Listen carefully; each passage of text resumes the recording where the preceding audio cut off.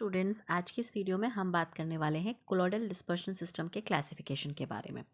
जैसा कि हम सभी को पता है, कोलोइडल डिस्पर्शन सिस्टम वो होते हैं जिसमें पार्टिकल्स का साइज 0.5 माइक्रोमीटर से 1 माइक्रोमीटर की रेंज में आता है।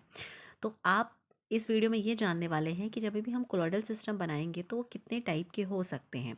तो हमने डिस्पर्स्ड पार्टिकल्स और डिस्पर्शन मीडियम के इंटरेक्शन के बेसिस पर 3 तरह के कोलोइडल सिस्टम्स पढ़ने हैं। पहला है लायोफिलिक कोलॉइड, दूसरा है लायोफोबिक कोलॉइड और तीसरा है एसोसिएशन कोलॉइड, और इसको हम एम्पीफिलिक कोलॉइड भी कहते हैं। सबसे पहले हम लोग डिस्कस करते हैं लायोफिलिक कोलॉइड्स क्या होते हैं।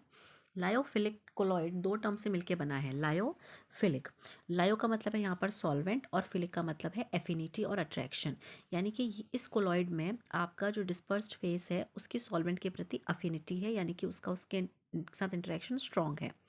लायोफोबिक कोलॉइड्स वो होंगे जिसमें आपका डिस्पर्स्ड फेस का आपके सॉल्वेंट के प्रति इंटरेक्शन नेगेटिव है, यानी कि उसको उससे फोबिया है या उसको उससे फियर है। तीसरी चीज़ आती है एसोसिएशन या फिर एम्फीफिलिक कोलॉइड, यानी कि ये कोलॉइड वो है जिसमें आपका लाइपोफिलिक और हाइड्रोफिलिक दोनों ही कंपोनेंट होने की वजह से लाइपोफिलिसिटी भी है और हाइड्रोफिलिसिटी भी है। तो चलिए इन डिटेल डिस्कस करते हैं। लायोफिलिक कोलॉइड जैसा कि हमने पढ़ा, ये कैसे हैं, आपके सॉल्वेंट लविंग कोलॉइड्स होते हैं, यानी कि इस तरीके के सिस्टम में जो डिस्पर्स्ड पार्टिकल है उसका अपने डिस्पर्शन मीडियम के प्रति बहुत ज़्यादा स्ट्रॉन्ग अट्रैक्शन होता है। अब चूंकि इसमें डिस्पर्स्ड पार्टिकल डिस्पर्शन मीडियम की तरफ काफ़ी ज़्यादा आकर्षित होते हैं, तो डिस्पर्शन मीडियम क्या करता है, आपके डिस्पर्स्ड पार्टिकल के चारों ओर एक प्रकार की शीथ बना देता है और उसको सॉल्वेट कर देता है। सॉल्वेट करने का मतलब उसके सरफेस पर जाकर अब्जॉर्ब हो जाता है और उसके चारों ओर एक प्रोटेक्टिव वॉल का फॉर्मेशन करता है। अब चूंकि आपका डिस्पर्स्ड पार्टिकल के चारों ओर एक प्रोटेक्टिव शीथ बन गई है, यानी कि इस तरीके से तैयार आपका जो सिस्टम है वो आपका थर्मोडायनेमिकली स्टेबल होता है। इसको आप डायग्राम से समझ सकते हैं। फॉर एग्जांपल के लिए ये आपके पास जो ब्लू कलर से बनाया है ये डिस्पर्शन मीडियम है और रेड कलर से जो बनाया है ये डिस्पर्स्ड फेस है। तो क्या होता है, लायोफिलिक कोलॉइड में आपका ये जो डिस्पर्स्ड मीडियम है जो ब्लू कलर से बनाया है, ये डिस्पर्स्ड फेस के चारों ओर जाके एब्जॉर्ब होता है और एक प्रोटेक्टिव शीथ बना देता है। प्रोटेक्टिव शीथ बनाने की वजह से पूरा का पूरा सिस्टम थर्मोडायनेमिकली स्टेबल हो जाता है। एग्जाम्पल के लिए आपका rubber and polystyrene in any organic solvents. ठीक है, अब बात कर लेते हैं हम लायोफोबिक कोलॉइड्स की। तो लायोफोबिक का मतलब होता है आपका, फोबिक का मतलब है फियर, ठीक है, यानी और लायो का मतलब है सॉल्वेंट, यानी कि इस कोलॉइड में आपका सॉल्वेंट जो है वो आपका जो है वो क्या है, आपका वो आपका सॉल्वेंट के प्रति डिस्पर्स्ड पार्टिकल जो है वो आपका एक फियर रखते हैं, या फिर एक तरीके से कहें कि हम उसमें इंटरेक्शन नहीं शो करते हैं, उसमें कोई सॉल्बिलिटी शो नहीं करते हैं। तो इसमें डिस्पर्स्ड पार्टिकल जो है उसकी डिस्पर्शन मीडियम के प्रति कोई भी अट्रैक्शन ना होने की वजह से इसमें आपका कोई भी शीट का फॉर्मेशन नहीं होता है, ठीक है।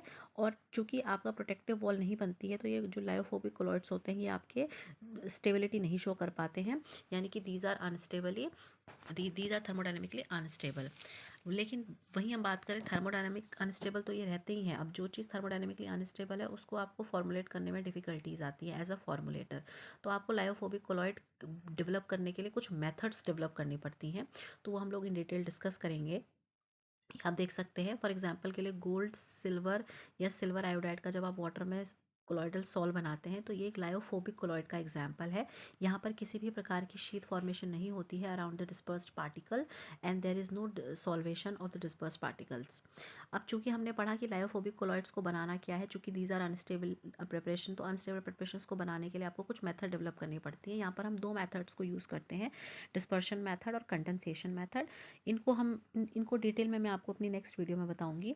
डिस्पर्शन मीडियम का मतलब ये है कि यहाँ पर आप मैनुअली आप अपने डिस्पर्स्ड पार्टिकल को डिस्ट्रीब्यूट कराएंगे अपने डिस्पर्शन मीडियम में, या तो आप ग्राइंडिंग करके यानी कि मिलिंग करके, जिसमें आप कोलॉइड मिल का यूज़ कर सकते हैं, आप पेप्टाइजेशन प्रोसेस का इस्तेमाल कर सकते हैं, इलेक्ट्रिक आर्क मेथड का इस्तेमाल कर सकते हैं, और अल्ट्रासोनिक, ये चारों मेथड के थ्रू आपका मैनुअली डिस्पर्शन आता है। वहीं बात करें कंडेंसेशन मेथड भी है, जिसमें आप अपने डिस्पर्स्ड पार्टिकल में आप नॉन सॉल्वेंट का एडिशन कर सकते हैं या किसी केमिकल मेथड का इस्तेमाल कर सकते हैं। इससे आपका डिस्पर्स्ड पार्टिकल जो है वो आपका कंडेंस्ड हो जाता है आपके डिस्पर्शन मीडियम के साथ। अब बात कर लेते हैं हम लायोफिलिक और लायोफोबिक कोलॉइड्स में हम डिफरेंस को समझ लेते हैं। आपका अगर पेपर में क्वेश्चन आता है तो आप ये नोट्स लिख सकते हैं।